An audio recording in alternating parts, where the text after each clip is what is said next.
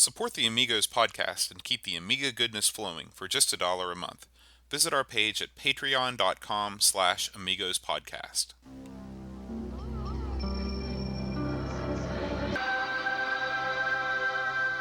Amiga, the first personal computer that gives you a creative edge.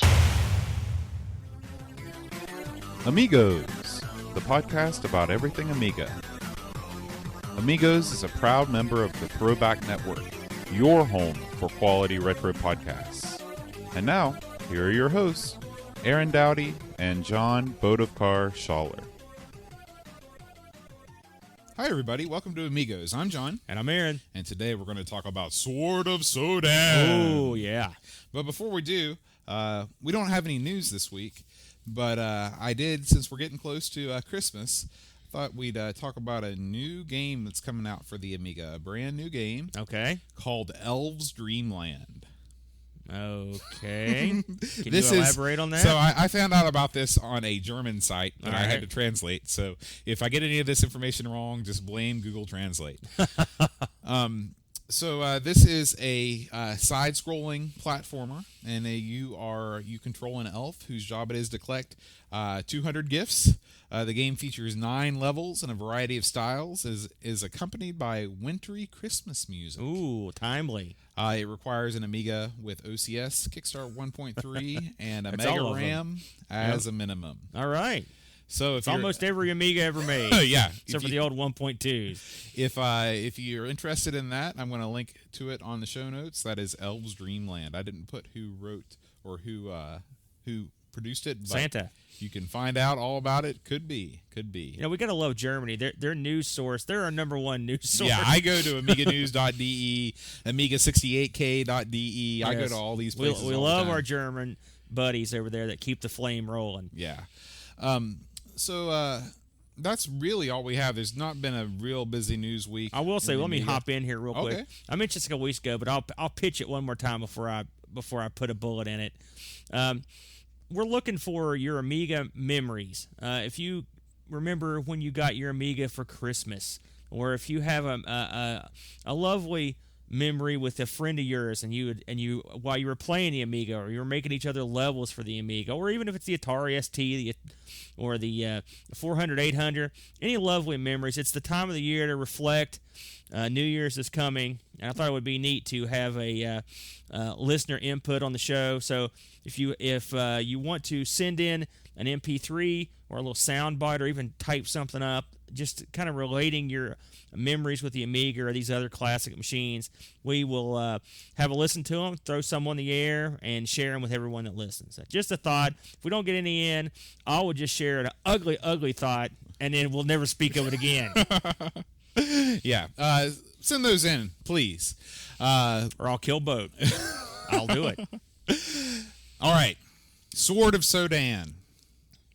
Sword of Sodan. This is, I guess, what would you call Sword of Sodan? Just a beat 'em up.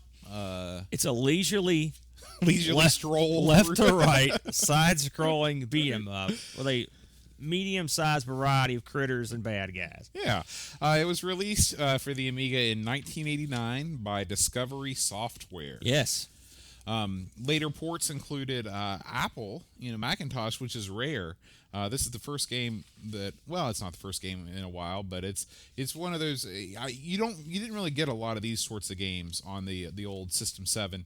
That kind of early 90s Mac. And EA actually released a scaled down port of this for the Sega Genesis. Yeah, I was surprised to see that. I didn't know about it. I also read somewhere that there was a partially completed version of this for the Apple 2GS. Yeah, I read that too. I'm not familiar with the 2GS. I know you're an Apple guy. The 2GS was basically when the Apple II fans wanted something that was software compatible but with a GUI. Mm-hmm. That's what the Apple IIGS is. And apparently they had planned ports of this for the ST and the C64, but they never were developed. And a sequel was in development but was never released. So, and apparently there's a picture floating around somewhere. And one last item, the programmer, boy, anytime your name has a couple of zeros in it, I'm going to be hard-pressed to sing. Soren Gronbeck has released sort of Sodan to the public, effectively, from what I could find out, so I guess you can freely download it.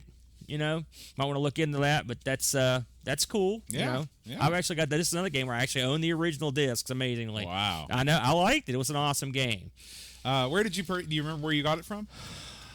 Absorbed or traded from another collector. It's all blur. Okay. You didn't actually go to a store. Well, there was only one store in the entire state that I know of that sold Amiga stuff, and I don't think I don't have a box. I just have the discs, which this is the story of my life. I've got very few of the boxes, and mostly just the discs. So, Did you ever buy when you had an Amiga? Did you ever physically walk into a store and purchase a game, or was there just nowhere around you could do absolutely, I did. Speedball 2 was one of the first games I purchased. Got to have it.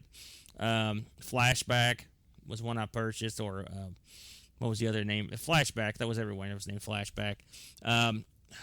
There's a couple more that aren't coming to me, but the problem is I was late to the party, and by the time I got into the Amiga had gotten out the door in America. Were you already living in Lexington at that time? No. I was. It was. I got into the Amiga. I got my first Amiga in I think '89. Right, so it was Amiga 1000 that I bought used from a fella, and ended up selling him back the Amiga, and then bought it back again. So I've owned that one twice before I finally sold it again to raise Christmas money a couple years ago, regrettably.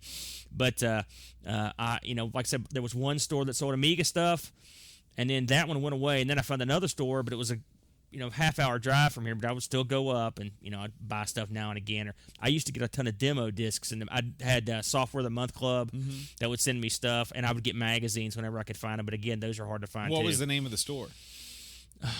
They sold Apple stuff. They just recently went out, Computers Plus. Computers Plus. They're still around, actually. They're in fact, they were our competitor when I worked in Charleston. They have a Where is store that? on Quarter G now. Quarter G? It used to be out on the way to Quarter G. That shortcut you take across. I know no one in the radio world gives a crap about this, but yeah, big store. They're still around.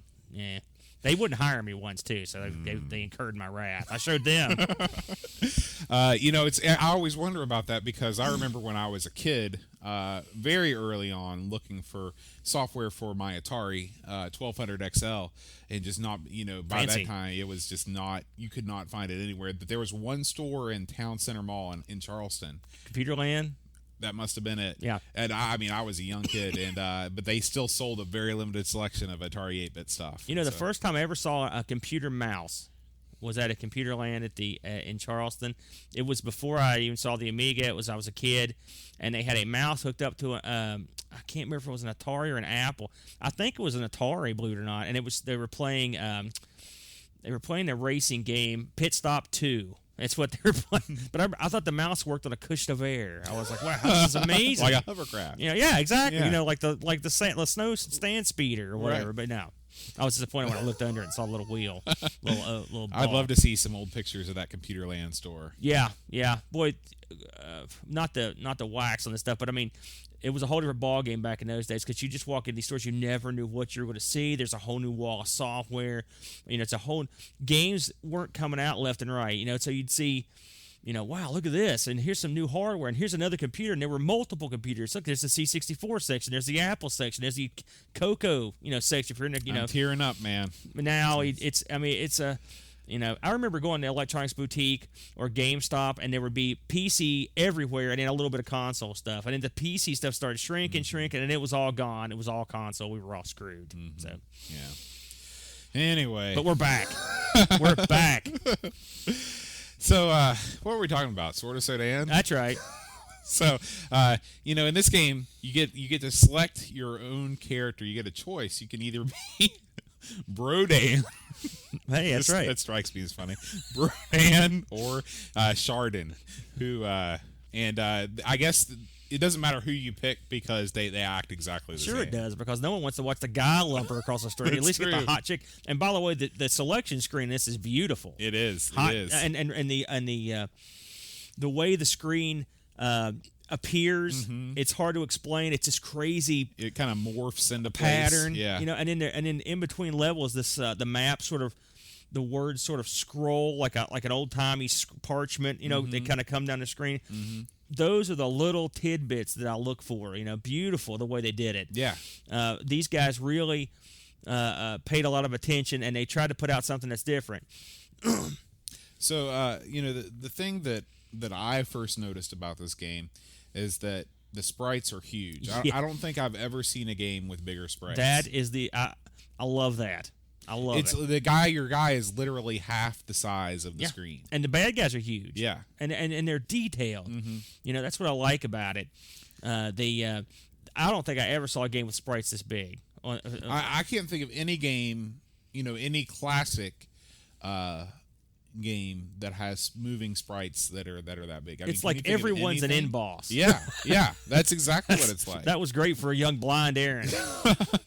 And you're also very lucky. No matter whether you pick Brodan or Shardan, the enemies only seem to know to attack you from one direction. They never try and sneak up on you from the rear. They only come from the right side of the screen towards the left side. That's the way it should be, just like real life.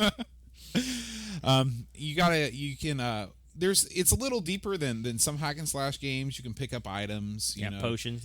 Potions. You've got to hit the strength meter so you can see, how hard you're hitting. You can use the function keys to set off your various items so Right. you could trigger them, which I thought that was kind of neat. You also kind of have you can use your sword whether you're standing or whether you're kneeling. Right. Before each level starts, you get a map of the vicinity, and you get told where you're going. Now that goes up until a certain point. Once you get to the castle, you're kind of stuck at the castle for the last half of the game. Yeah. But the map screen is really cool. Oh yeah. The names of the areas are always kind of descriptive. It's not just like forest. It's like deepest forest or something like that. And once you get into the castle, the way that the castle is drawn on the screen is a really menacing and foreboding. It's that really is because cool. you get sort of and you get like an outside picture. It's like there it is. I'm going into that sucker. Yeah, it's the whole way that this game is presented is really good. Yeah. And now the downside is there are some things they could have presented much better. And I'm referring to the god-awful pits.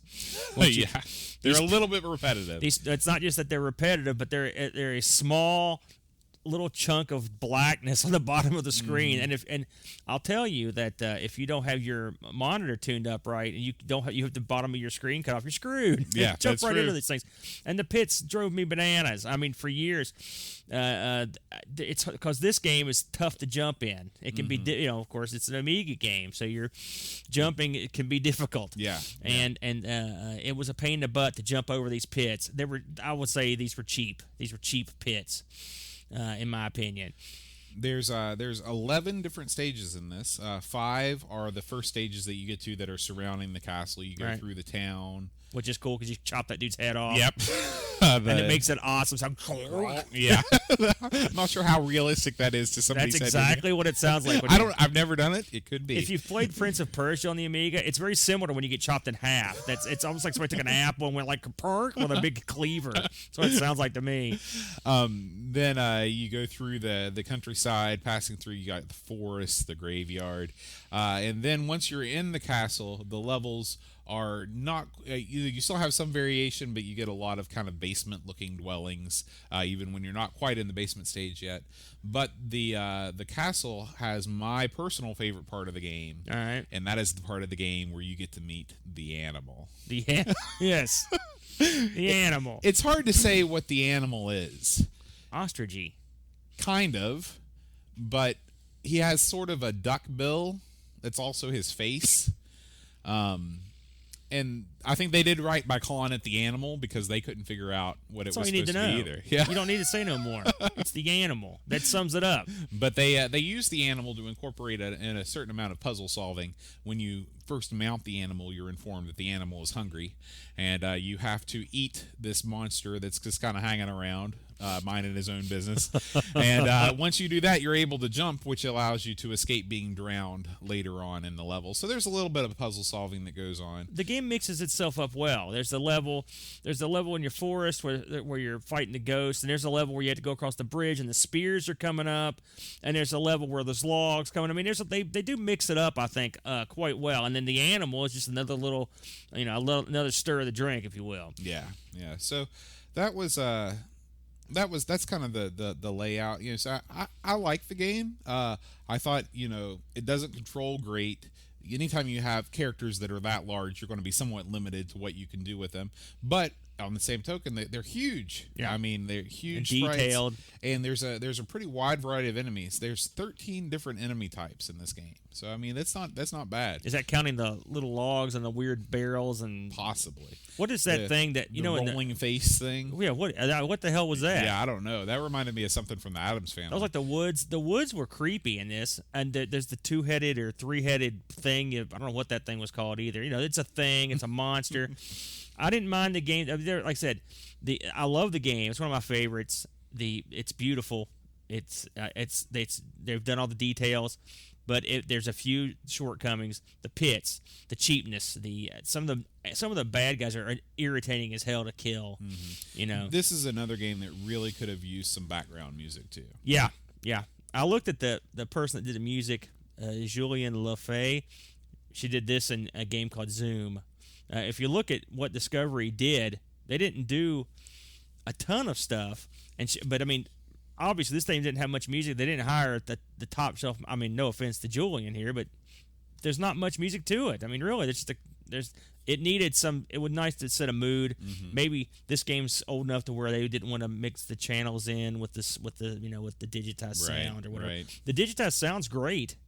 Though, like we said, that neck chop is awesome. Guys talk and they yell, "Hey, man!" The demons and stuff. They sound very scary. I thought. I mean, that and when you're in the woods, there's that kind of feeling. I mean, the moods are set quite well. But yeah, some music would have been awesome. I'll agree. And like you said, the poetry that it comes on those scrolls in between. Yes, very D&D like. Yeah. So the Sword of Sodan, it was received very well. It was in the top 10 after it was released for more than 6 months, and it sold about 55,000 copies. Remember when we were talking to Sven a couple weeks ago when we were talking about that list of banned games that the group of guys? Yes. This was on that list. Too violent. I guess they chopped that violent. dude's head off. Yeah. That was it, right? Or getting impaled. And so the game reviewed well upon its original release. Nobody had ever seen sprites that big.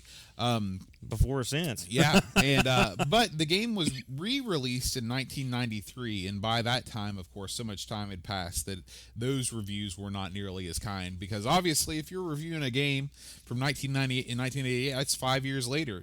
Things move on, and obviously, the world was in a different place in '93. Right, understandable. I will say, the reviews, like you said, they were good. I believe this thing won a Game of the Year award from somebody, so that's pretty nice. I mean, is it Game of the Year material? It's a slow year, maybe. But I mean, like I said, I like it a lot. But I mean, I can see where people don't like it. Some people think it's just ugly.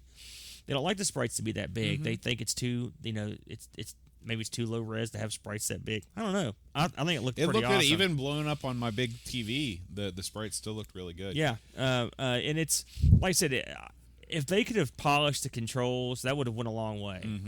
Maybe introduce some alternate weapons, more projectile weapons and things like that. Yeah, would have helped. But of course, when you're dealing with sprites that big, and there's only so much you can do. Yeah, and to be fair, it's only 3 discs. This is the first platforming game where the levels are actually of moderate size. They're not too long. Yeah, and that's the way it should be. Right. I mean, this is the polar opposite of Turrican, where it was just like you just went on forever and ever. It's like, please show me something here. I'm dying. Right. But I give it high marks and high praise. It's flawed, but if you consider when it comes out, and the fact that, I mean, you're talking, I think it was 3 or 4 Danish guys that put it together. So, hey, once again, they know how to program in that part of the world. Yeah. And they did a fine job. So I would like to see this revisited someday. If someone out there is in a Sword of Sodan 2, I mean, it had sort of a 90s or early 90s or late 80s feel, kind of the Golden Axe era. It kind of reminded me of that a little bit, and not really the way it looks, but the way it's presented. That stuff, you can always go back to it. Yeah. And you've got learn from the past.